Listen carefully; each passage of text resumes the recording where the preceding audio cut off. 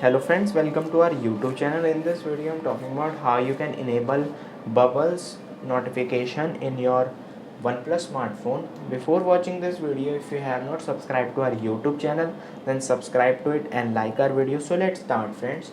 If you want to click on the notification and it will comes like a floating window, then how you can go to your settings, go to notification and status bar. Here it is more settings and click on bubbles. You can see this, allow this, and it will show like a floating window when you just, and it will float like a bubble, and when you just click on that bubble it will show the app in a small screen.